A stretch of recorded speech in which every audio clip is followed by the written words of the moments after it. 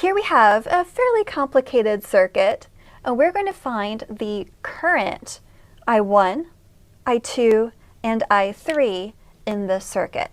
In this problem, we have two batteries here and here, but those batteries are not necessarily, or they're not, directly in series with each other, and they're not directly in parallel with each other.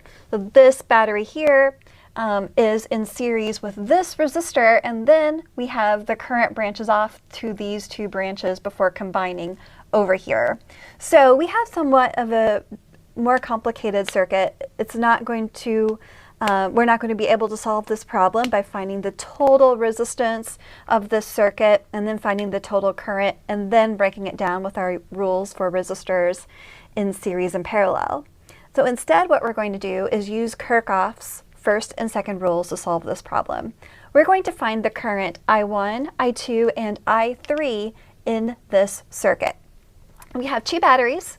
Battery 1 has a potential of 14 volts, battery 2, 10 volts. Resistor 1 has a resistance of 4 ohms. Resistor 2 has a resistance of 6 ohms. Resistor 3 has a resistance of 2 ohms. To find the current I1, I2, and I3, we're going to have to apply to Kirchhoff's first and second rules. Now, Kirchhoff's first rule says that, or sometimes we call it the junction rule, says that the sum of all the current into a junction must equal the sum of all the current coming out of that junction. So here we have a junction where the current's coming in through this middle branch, and then it splits, okay? And over here at this other junction, the current's coming in here and it combines to run down this middle part of my circuit. So here I have I1, what I'm calling I1 here. I1, when it reaches this junction, has to split into I2 and I3. So my equation for Kirchhoff's first rule, which is the junction rule, says that the sum of all of my currents coming in, that's just I1, has to equal the sum of all of my currents coming out. So I1 will equal I2 plus I3. So that's the first equation that I'm going to create for this circuit.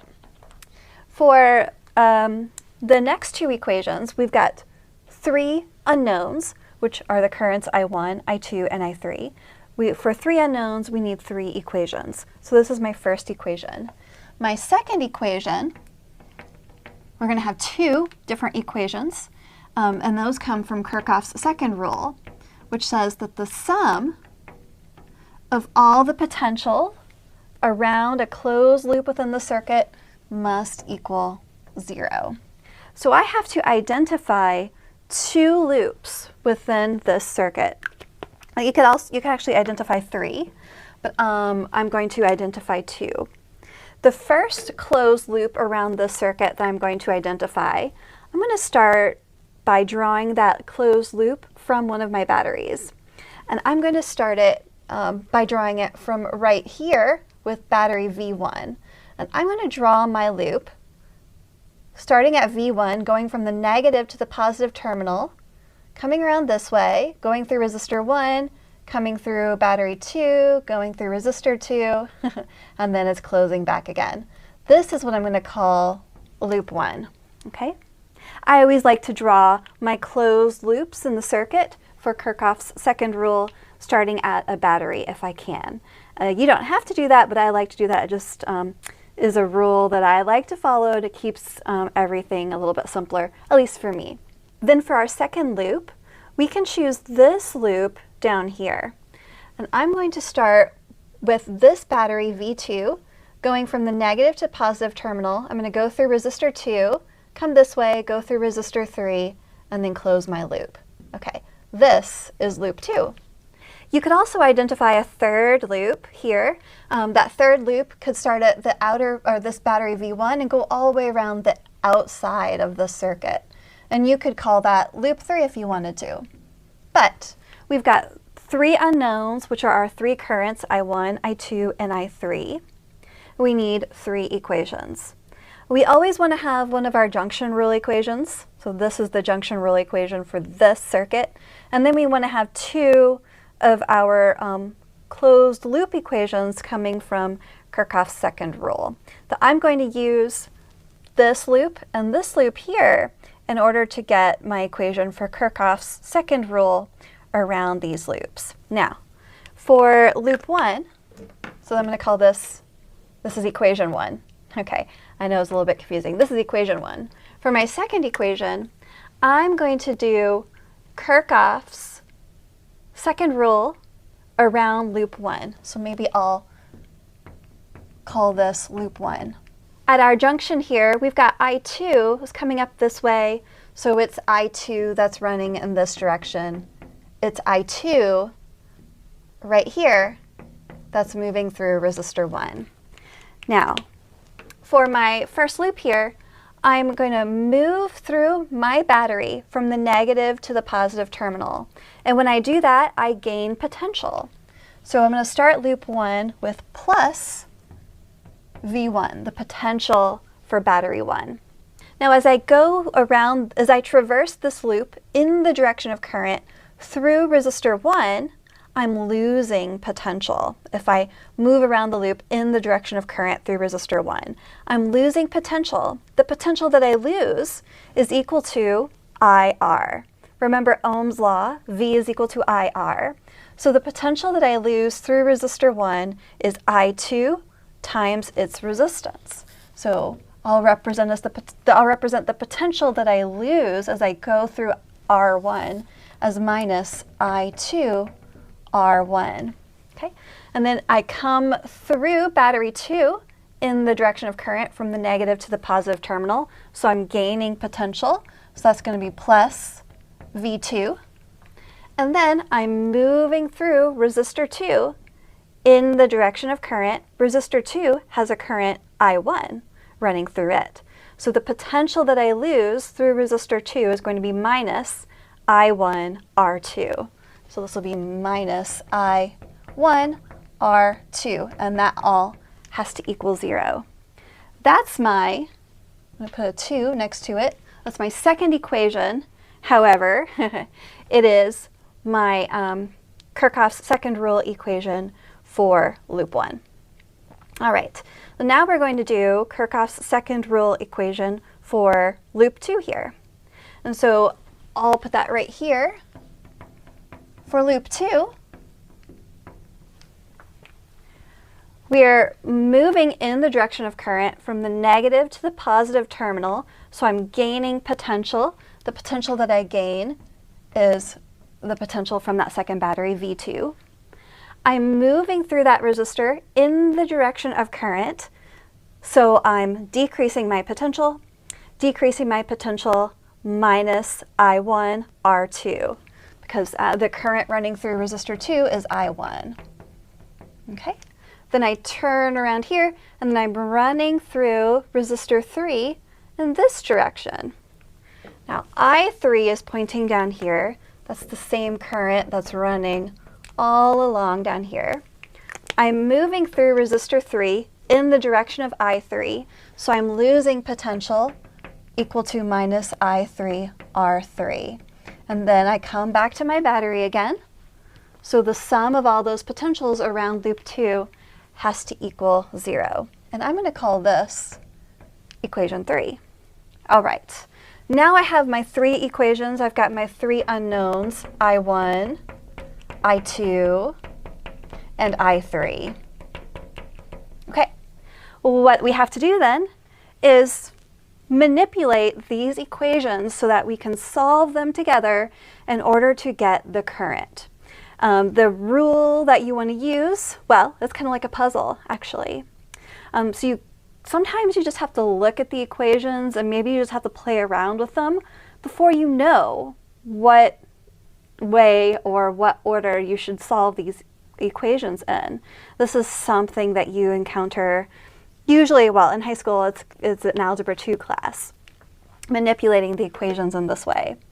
Now, what the strategy I'm going to use is, let's look at loop 1 and loop 2, the equations that I have here for Kirchhoff's second rule. When I look at these equations, I see that this equation here has current I2 and I1. This equation has current I1 and I3. And of course, our junction rule equation has all of the currents. What we can do is we can solve this equation for I2. That will give me I2 in terms of I1. And I can plug it in right here. This equation has I1 and I3. What I can do is I can solve this equation for I3. Then I'll have I3 in terms of I1. So I can take this equation that I get when I solve for I3 and I can plug it in here. And then the only variable I'll have left is I1. So I can solve that equation for I1 and then take that and plug it into the other equations to get I2 and I3. So I'm going to start right here with this equation, and I'm going to solve this equation for I2. And the way that we do this is a little bit different than how I usually tell you to solve problems. And instead of keeping the variable, or instead of keeping the units on my numbers, I'm going to keep the units unitless. That way we don't get confused with the V's here. So, and you know, it makes the algebra simpler for us to keep track of, since this is a fairly algebra-heavy problem. So let's replace just the numerical values in here. V1 is 14 volts minus R1 is 4 ohms. So I'm going to put this as minus 4I2. I'm just going to put the number in front of the unknown.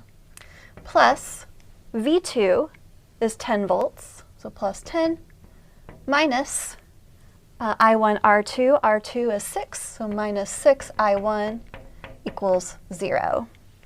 Now I'm going to solve this for I2, so I'm going to add 4I2 to the other side. Okay, I'm going to add 4I2 to both sides. That will cancel the 4I2 on this side.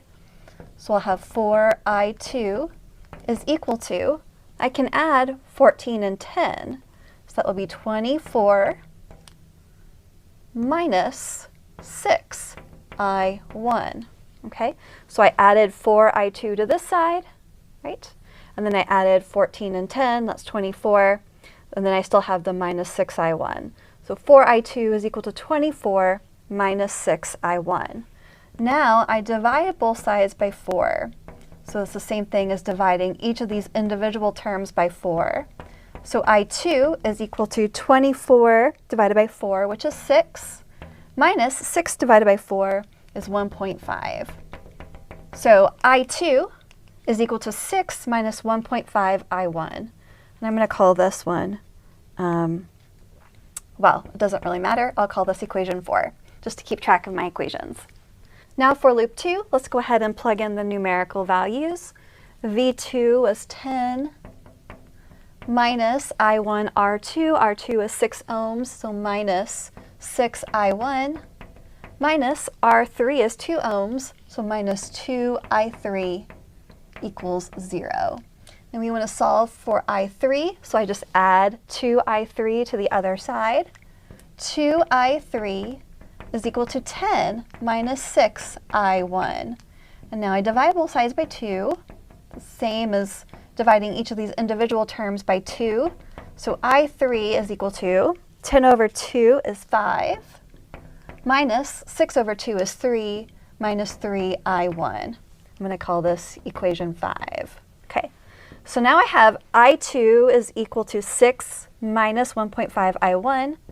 I3 is equal to 5 minus 3 I1. What I can do is I can take this equation, equation 4, and put it in here for I2. I can take this equation 5 and put it in here for I3. Then the only variables I'll have left over are I1. Now, I don't think I'm going to have room right here. I'm just going to bring it all down a little bit. So let's bring this down just right here so I have a little bit more room. I've got I1 is equal to, I2 was 6 minus 1.5 I1 plus I3 was 5 minus 3 I1. Okay. And now we've got this equation, the only unknowns in it, the only variables are I1. And so I just collect my like terms here. So I1 is equal to 6 plus 5 is 11. 11 minus, so we've got minus 1.5 minus 3. So that's minus 4.5 I1. Now, you know, this variable is here by itself, but there's a 1 in front of it, right? It's really 1 times I1. So I'm going to add 4.5 I1 to both sides. So now I have 5.5 I1 is equal to 11. Now I divide both sides by 5.5, and then I find that I1 is equal to 11 divided by 5.5, so it's equal to 2 amperes. Excellent. So now we know what I1 is equal to. Since we know I1, we've got this equation 4 and 5 in terms of I1. So I just plug in I1 into each of these to get what I3 should be. So here, I2 is equal to 6 minus 1.5 times 2. 6 minus 3 gives me 3 amperes. Now over here, if I take 5 minus 3 times 2 amperes, so that's 5 minus 6. Oh, that's actually minus 1 ampere. So that's I3. What does that mean? That just means that when I was thinking about the directions for the current, I chose the direction for I3 to be pointing in the wrong direction. So actually, I3 should be pointing opposite the direction that I originally had it. I3 should be pointing up in this direction. Okay, the magnitude of I3 is still 1 ampere. So if I flip the direction here, I still have I2 now. If I flip the direction here, then I'm going to have I1 plus I3 is equal to I2. The sum of all the currents into a junction has to equal the sum of all the currents coming out of the junction. So if I add I1, which is 2 amperes, plus I3, which is 1 ampere, then I will get I2, which is 3 amperes. It's just I chose the wrong direction for one of those currents to start with. But as long as I'm writing out my equations following Kirchhoff's rules for whatever direction I chose my current to be, I'll still be able to come to the correct answer for the magnitude of the current running through my circuit in any of these branches. You could also check yourself if you're not sure what the direction of the current should be for any of your branches here when you're thinking about the junction rule. You could plug in your entire circuit into the PHY simulation, and you would be able to see the direction that the current should be in to start with. Here, we eventually figured out that we chose one of the currents to be in the wrong direction in the first place. You can always go and double check yourself with these circuit type problems in the PHY simulation to see, did you set up your Kirchhoff loop equations correctly?